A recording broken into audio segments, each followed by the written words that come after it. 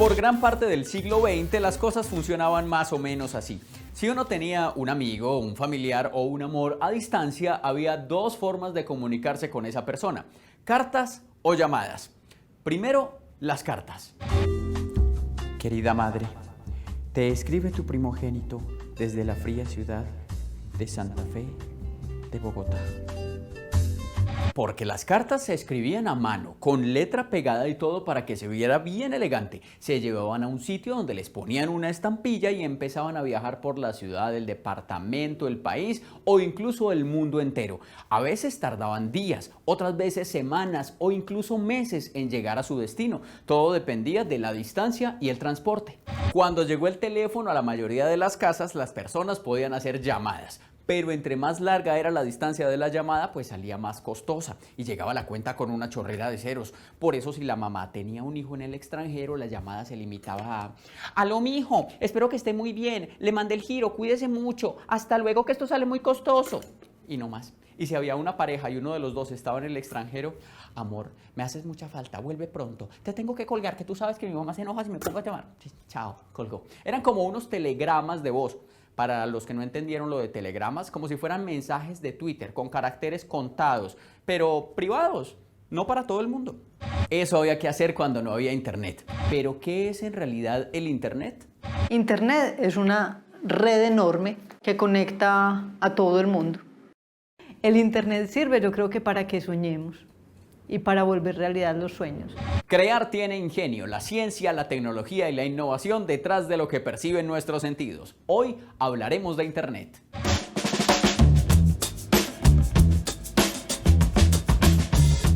Continuando con la vida antes de internet, hasta finales del siglo XX, si uno tenía que hacer un trabajo, una tarea o una investigación, le tocaba recurrir al Google de la época, los libros que tuviera en la casa, o ir a una biblioteca más cercana.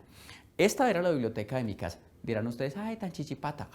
Tenía enciclopedia, tenía el mundo de los niños, tenía el libro gordo de Petete, que era como este programa, hablaba de ciencia, también tenía cuentos, cosas divertidas. Vamos a buscar la palabra internet. Dice: internado, internamiento, internar, internista, interno, internodio. No está. No está porque no existía en la época. Teníamos una compañera en el salón que le decíamos Claruz, porque se llamaba Clara, y la enciclopedia más completa se llamaba Laruz, y ella parecía que se hubiera tragado esa enciclopedia porque sabía mucho. ¿Qué será de la vida de Claruz? Además que ahora le dicen Wikiclara o Clarapedia. Y me acuerdo que en algunos programas de ciencia ficción se aparecía como que yo estuviera hablando por teléfono con otra persona y yo pudiera ver la imagen de la otra persona. Eso era increíble, eso era impensable en ese momento. El internet llega hasta nosotros, hasta las personas. Entonces, para nosotros es muy normal saber que necesito para internet un dispositivo final. El aparato con el que los usuarios de internet están familiarizados o a través del cual interactúan con la red se conoce como dispositivo final. Los computadores, teléfonos celulares o tabletas son ejemplos de dispositivos finales. Entonces yo me conecto de mi celular a lo que se llama el punto de acceso o el enrutador que me conecta a mi proveedor de servicios de internet. De ahí, ¿qué sigue? Sigue un cablecito. Ese cablecito hacia mi proveedor. Y ese proveedor ya tiene unos equipos más robustos donde reciben muchas de las comunicaciones de internet. Entonces tienen unos equipos que se llaman enrutadores, tienen unos equipos que se llaman switches, y ellos también concentran entonces a muchos de esos usuarios y los mandan a un proveedor todavía más grande que se llama por lo general un portador de portadores, que lleva ya toda la señal de internet, por ejemplo, de Colombia hacia Estados Unidos. Y en Estados Unidos vuelve y se replica, hay unos enrutadores grandes, etc.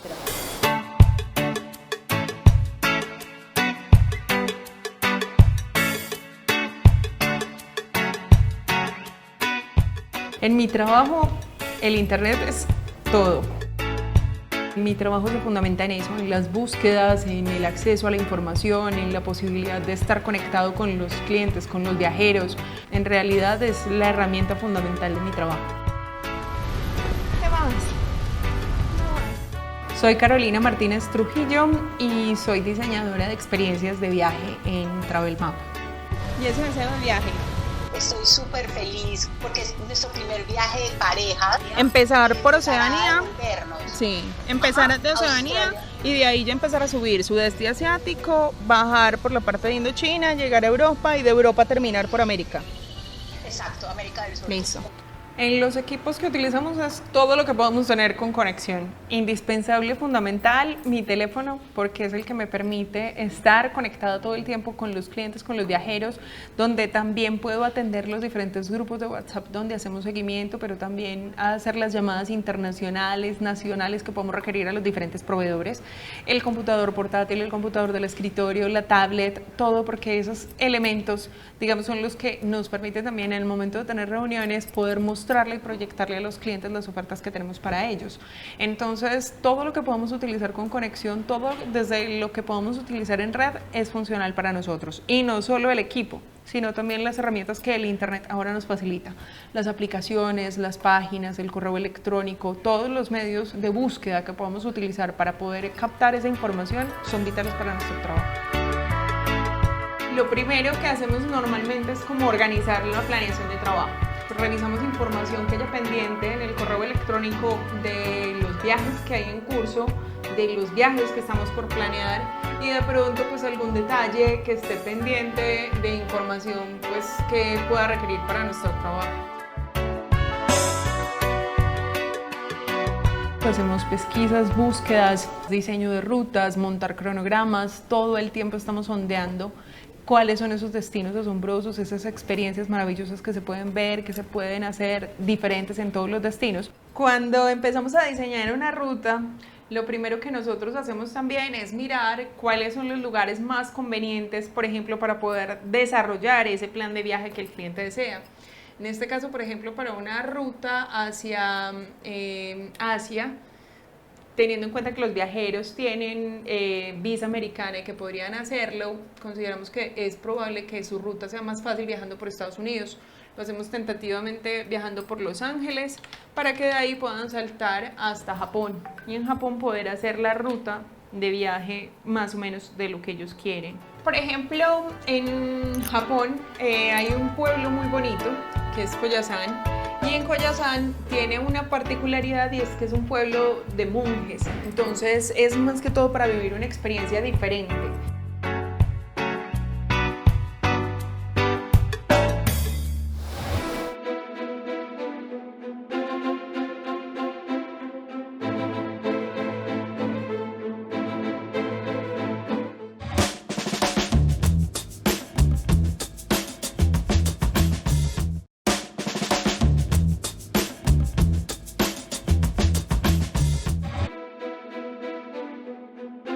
Los primeros esbozos de Internet, como los conocemos, provienen de mediados del siglo XX, cuando el informático estadounidense J.C.R. Licklider publicó el documento Man-Computer Symbiosis. En este documento, Licklider explicaba la posibilidad y la necesidad de una red mundial de computadores conectados por redes de comunicación de banda ancha. Licklider trabajó por años como director de la agencia ARPA del Departamento de Defensa de los Estados Unidos, donde desarrollaba aplicaciones tecnológicas no convencionales para la defensa de su país. Esta agencia patrocinó el proyecto ARPANET, que en 1969 logró conectar el primer par de computadores, y para 1971 la pequeña red ya tenía 23 nodos en universidades y oficinas del gobierno. En este mismo año, el informático Ray Tomlinson envió el primer correo electrónico de la historia y propuso usar el símbolo de la arroba en las direcciones de correo. Mientras que esto ocurría, en Estados Unidos otras iniciativas se desarrollaban por todo el mundo, incluido Suramérica. El presidente de Chile, Salvador Allende, motivado por la necesidad de monitorear la economía de su país en tiempo real, contrató al consultor británico Anthony Stafford Beer, quien diseñó Cinco o CyberSyn, una red que conectaba las fábricas de todo el país con un único centro de cómputo en la capital, Santiago. Justo cuando las posibilidades de esta red se empezaban a entender, CyberSyn fue destruido tras el golpe militar de Augusto Pinochet. ¿En qué país de Sudamérica hubo iniciativas de conectividad en red en los años 70? Adivinen a qué corresponde este sonido.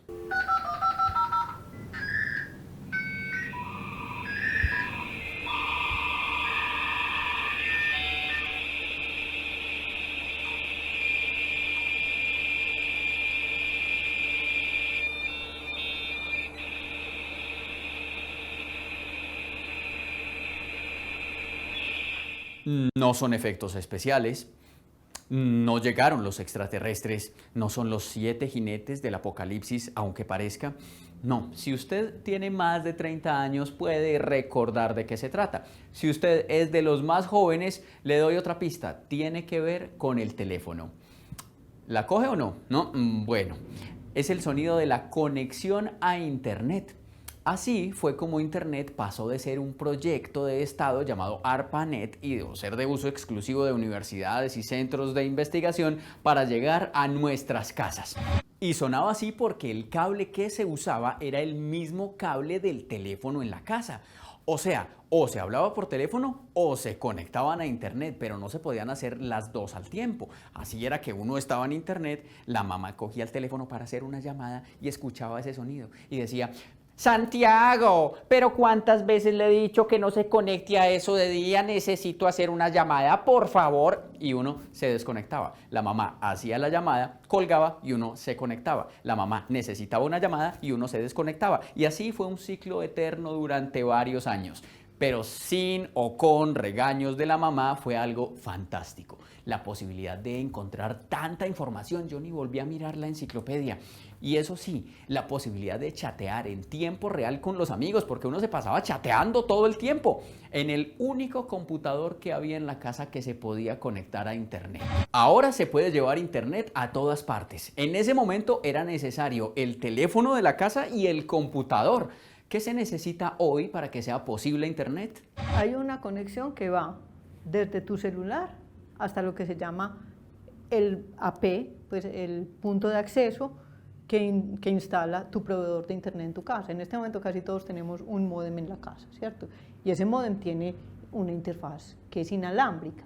Entonces ahí van unas ondas electromagnéticas que claramente no vemos, pero hay una comunicación entonces mediante esas ondas entre tu celular o tu tablet o tu computador y ese dispositivo.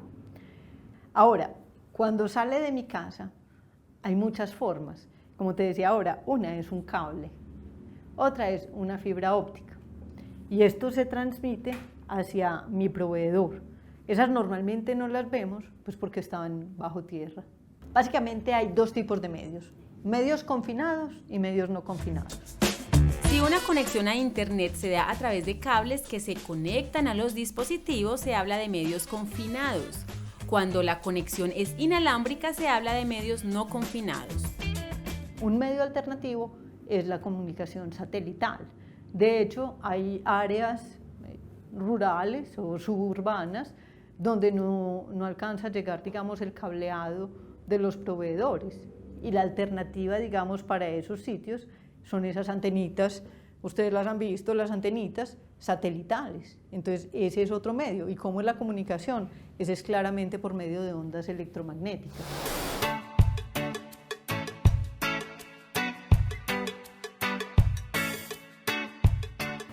En cuanto a mi trabajo, la disponibilidad nuestra para los viajeros es 24/7. Eso hace que permanezcamos conectados con ellos y durante su planeación, igual durante la ejecución o el curso de sus viajes como tal, pero así no tengamos viajeros, permanezco igual conectada en búsqueda de información. Soy Gomosa Viajera, somos un equipo donde nos concentramos siempre todo el tiempo de viajes, entonces estamos buscando noticias, novedades, curiosidades, ofertas, todo lo que podemos encontrar a través de la red, que es lo que nos facilita el acceso a la información para encontrar material funcional de nuestro trabajo. Esta herramienta que utilizamos es un comparador de precios, es una buena guía porque ahí nos permite ver cuáles son las distintas aerolíneas y las diferentes tarifas que pueden tener. En eso también no solo es importante tener en cuenta cuál es la mejor tarifa, sino cuál es la mejor opción de itinerario. Acá, por ejemplo, para la fecha en la que estamos buscando, vemos que hay opciones de vuelos directos, hay unos que son al mediodía, que son los que están en este momento más económicos, hay otros que son en la noche. No hay mucha diferencia de precio. Ya una vez que sabemos, por ejemplo, en qué momento van a llegar los viajeros al destino, también lo que hacemos es filtrar las opciones de alojamiento que podrían resultar más convenientes para ellos. Entonces, aquí es en Hong Kong. Para eso también utilizamos diversas páginas que nos pueden guiar o que de pronto nos pueden orientar. En esas páginas hacemos lo mismo, simplemente filtrar ya sea por tarifas o de pronto por ubicación quién nos puede prestar mejor servicio. Hay momentos en el día a veces que en el trabajo me pregunto cómo hacían antes las aerolíneas para poder emitir un tiquete si ahora a veces resulta complejo, y eso que el internet lo facilita muchísimo, o cómo sabían cuánto tiempo podía tardarse de un lugar a otro sin tener que esperar necesariamente a que alguien llegara para contar cuántas horas habían sido el vuelo. Ahora simplemente con digitarlo en una página sé cuánto puede tardar, cuáles aerolíneas lo tienen directo, cuáles compañías de trenes viajan de un lado a otro o cuáles rutas de autobús, por ejemplo, lo hacen. El internet definitivamente facilita muchísimo nuestro trabajo y considero que puede ser una herramienta muy valiosa. Internet está sustentado en lo que se llama una arquitectura de capas. El medio por el que se transmite la señal es la capa inferior, que es una capa física. Más arriba va otra capa, que se llama una capa de acceso. La capa de acceso entonces ya dice, bueno, ¿cómo vamos a ajustar la señal y cómo vamos a ajustar, digamos, lo que estoy transmitiendo al medio al que lo estoy transmitiendo? Luego viene una capa de red. La capa de red es la que nos dice por dónde se va a ir esta señal.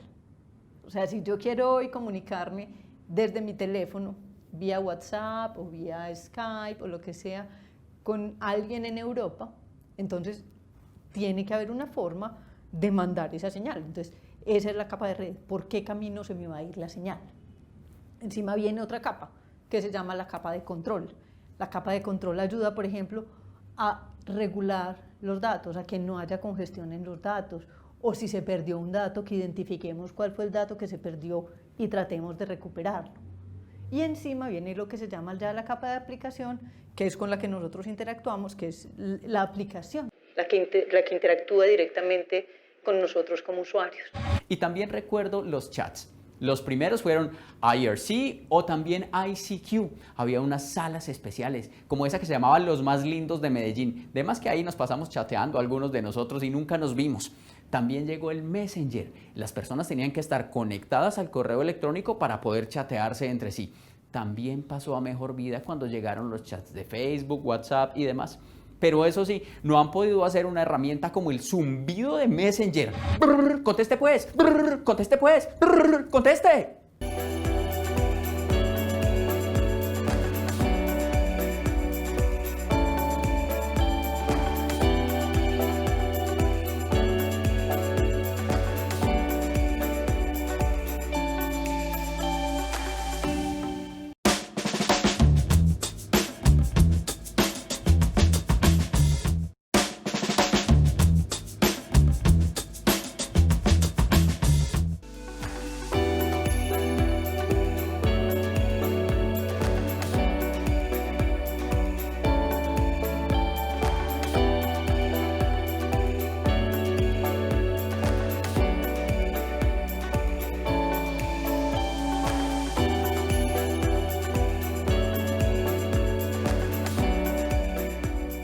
Si hay algo relevante con la llegada y la evolución de Internet son las páginas web que nos permiten acceder a la información en esta gigante red. La primera de ellas tuvo como función precisamente informar sobre la World Wide Web, este nuevo proyecto en esa época. Se lanzó a comienzos de los años 90 y se llama info.cern.ch porque todavía existe. En un momento de desparche puede navegar por ella para que conozca la primera página web de la historia. Cuando uno se mete cree que es como un error, pero es que estaban comenzando apenas. Tiene un instructivo para este nuevo proyecto, información sobre cómo crear una página web y también sobre cómo buscar en Internet, porque en ese momento aún no existían los buscadores. El checklist. Lo primero es la dirección IP. ¿Qué es una dirección IP? Es tu identificador en Internet. Cualquier equipo que esté conectado a Internet tiene que tener una dirección IP. Y de pronto pues uno ve en las noticias, que viene IP versión 6. ¿Eso qué es? Es básicamente una nueva versión del protocolo del protocolo de Internet que nos permite tener más direcciones. Para poderse comunicar, todos los dispositivos conectados a Internet necesitan hablar el mismo lenguaje. Este es el protocolo TCP/IP. De acuerdo con este protocolo, debe ser posible identificar los dispositivos de manera única. Esta identificación es conocida como dirección IP. Yo creo que uno de los grandes logros de Internet lo estamos viendo en esta pandemia. Y uno de los asuntos que pensábamos al inicio de la pandemia es, bueno, si va a dar la red para todo lo que se nos viene, es decir, todo el mundo va a estar en sus casas. ¿Sí va a servir para esto? Y efectivamente sí ha servido. Entonces, para mí eso es sorprendente. Lo que pasa es que como se nos ha vuelto como el pan de cada día, infortunadamente creo que hemos perdido la capacidad de sorprendernos frente a estas maravillas que nos ofrece y que nos facilita Internet. El número de usuarios conectados a Internet supera los 4.000 millones de personas, o sea, el 59% de la población mundial, más de la mitad del mundo. Los países más conectados a Internet son Arabia Saudita, Dinamarca, Corea del Sur, Suecia y Suiza. La velocidad de Internet hoy es 400 veces más rápida que la que teníamos en los 90 y todavía nos quejamos de que es lento. Hoy se reciben y se envían más de 100 millones de correos electrónicos. A Internet le tomó 4 años tener 50 millones de personas conectadas, a la televisión 13, a la radio 18. El 15% de las búsquedas que se hacen en Google diariamente son originales, o sea, no se habían hecho antes. El promedio de las personas conectadas a Internet diariamente es de 6 horas y 43 minutos. Y el mío que es como de 9 horas 40 minutos, 9 horas 31 minutos, 9 horas 51 minutos. ¿Será que soy adicto? Pues en China hay campamentos para los adictos a Internet, como yo, y entre otras cosas les toca hacer tareas domésticas, limpiar, cocinar, hacer ejercicio, leer libros físicos y escuchar música. Internet nos puede abrumar con información. Antes no teníamos toda esta lluvia de información que tenemos hoy. Gracias a Internet tenemos mucha información, pero esa información también, digamos, hay que manejarla con cuidado y por eso digo yo, tenemos que ser capaces de discernir, de diferenciar, de analizar. Y creo que ese es uno de los, digamos, de los retos desde el sector de la educación. Yo creo que ya hoy no sabemos vivir sin Internet. En general, la tecnología nos ha ayudado a tener cada vez una mejor calidad de vida y a poder ocuparnos de asuntos más, digamos, del ser. Para mí la tecnología nos puede aportar calidad de vida si es bien manejada. En 1969, en Estados Unidos, se conectaron el primer par de computadores. En 1991, en una universidad de Inglaterra, se conectó la primera cosa a Internet, una cafetera que era grabada por una cámara web que transmitía en directo el nivel del café para que la gente no perdiera la ida por el tinto. Ya hoy son más de 20.000 millones de cosas en el mundo conectadas a Internet y se espera que para el 2025 sean 25.000 millones y ya somos más de 4.000 millones de personas conectadas. Internet no solo ha servido para acortar tiempos y distancias, sino que también nos ha ampliado la posibilidad del conocimiento. Que podamos conectarnos con el mundo en tan solo segundos es posible porque hay personas que se atrevieron a pensar diferente. Crear tiene ingenio, la ciencia, la tecnología y la innovación detrás de lo que perciben nuestros sentidos.